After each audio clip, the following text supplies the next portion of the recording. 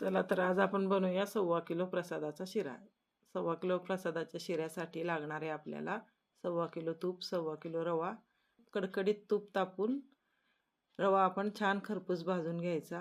2.5 litre दूध, अर्धा litre पाणी, गरम पाणी तापवलेलं.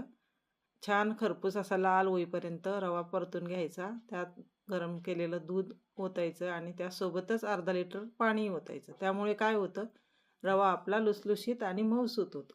आता गरम कडकडीत दूध आणि पाणी त्यात ओतलेले आहे आपण. ते एकसारखं हलवत राहायचं, नाहीतर आपला रवा खाली लागू शकतो. आणि गॅस अगदी मंद ठेवायचा. खूप मोठा गॅस केल्याने रवा आपला करपू शकतो. आता त्यामध्ये आपण 1.25 किलो साखर घातलेली आहे.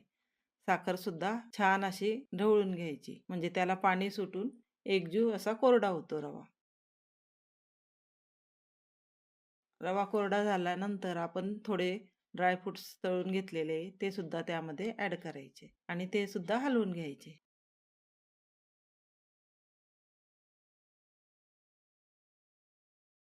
एकत्र झाल्यानंतर आपण त्यामध्ये वेलची पावडर घालूया. आता वेलची पावडर घालून झालेली आहे. वेलची पावडर बघा सगळ्यात शेवटी घालायची, कारण त्याचा फ्लेवर आपल्याला छान येतो.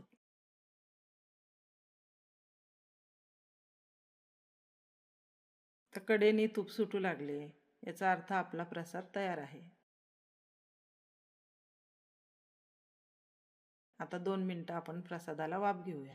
झाकण ठेवूया आणि आपण बघूया 2 मिनिटांनी आपला प्रसाद अगदी छान तयार झालेला आहे.